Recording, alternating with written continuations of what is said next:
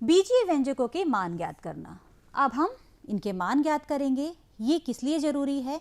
कई बार ऐसा होता है कि कुछ व्यंजक ऐसे प्राप्त होते हैं जिनको हमें हल करना होता है और उनमें एक निश्चित मान दे दिया जाता है। ये प्रश्न बिल्कुल ठीक वैसा ही है।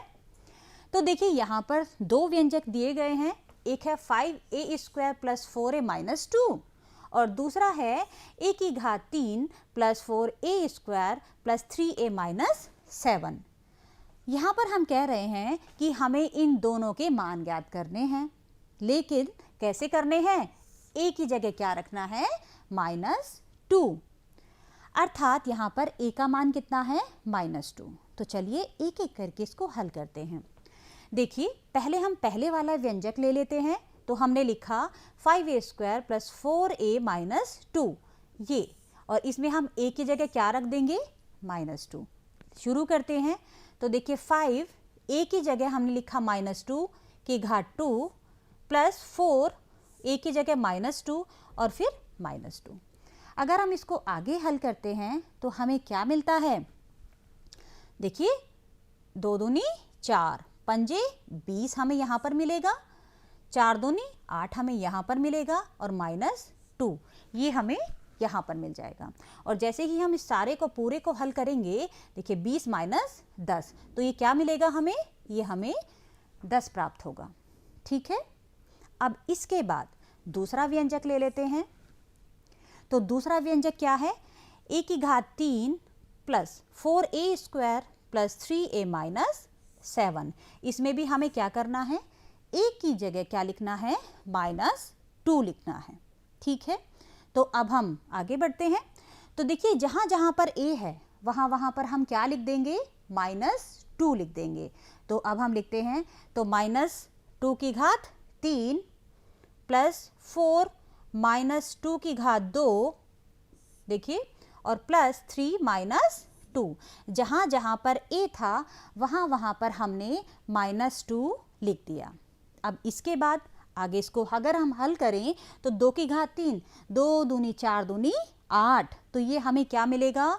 ये मिलेगा हमें -8 + 16 - 6 और -7।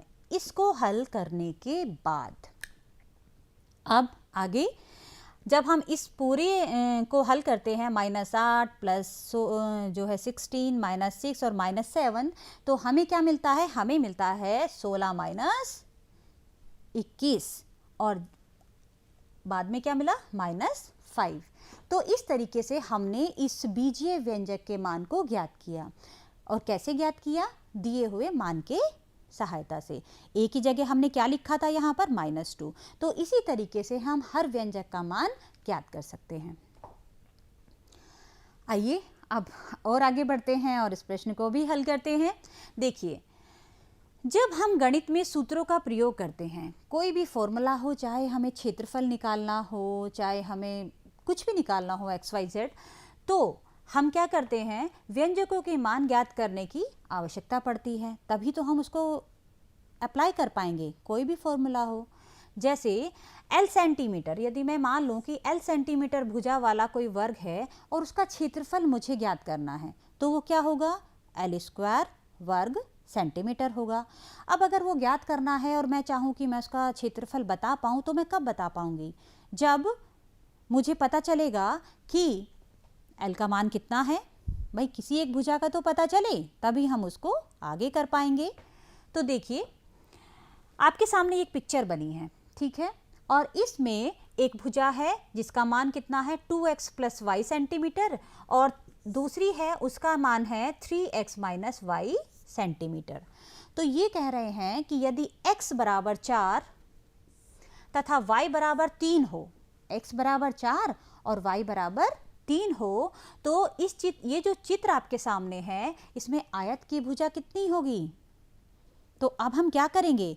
मैं सबसे पहले क्या करती हूँ कि इस आयत को मैं एक नाम दे देती हूँ। तो देखिए A, B, C और D, ठीक है। अगर मैं कहूँ कि मुझे AB भुजा ज्ञात करनी है, तो कैसे करेंगे? देखिए, तो AB बराबर क्या होगा? क्या है? 2x + y, ये हमारी भुजा है, लेकिन हमें तो उसको बिल्कुल पूरा पूरा ज्ञात करना है। तो हमें क्या क्या मान दिया हुआ है? हमें दिया है x बराबर 4 और y बराबर 3। तो जहाँ पर x है वहाँ पर हम 4 रख देंगे और जहाँ y है वहाँ पर हम 3 रख देंगे। तो देखिए ये हुई हमारी 2 गुणा 4 प्लस 3, ठीक है। तो ये मिलता है हमें 8 प्लस 3 अर्थात 11। तो जो ए बी हमारी भुजा है वो कितनी है? 11, ठीक है, 11 सेंटीमीटर। अब बीसी भुजा हम ज्ञात कर लेते हैं। तो बीसी भुजा ज्ञात करने के लिए क्या है? बीसी भुजा को हम पहले लिख लेंगे। ये क्या है? 3x minus Y. तो देखिए 3x माइनस वाई, यहाँ पर भी हम अब क्या करेंगे कि जो x का मान है वो x की जगह रख देंगे, जो y का मान है वो y की जगह रख देंगे। तो देखिए रख देते हैं। तो 3 गुणा 4 माइनस 3।